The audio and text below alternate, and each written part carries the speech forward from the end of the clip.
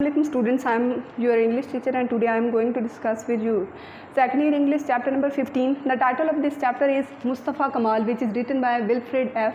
Castle.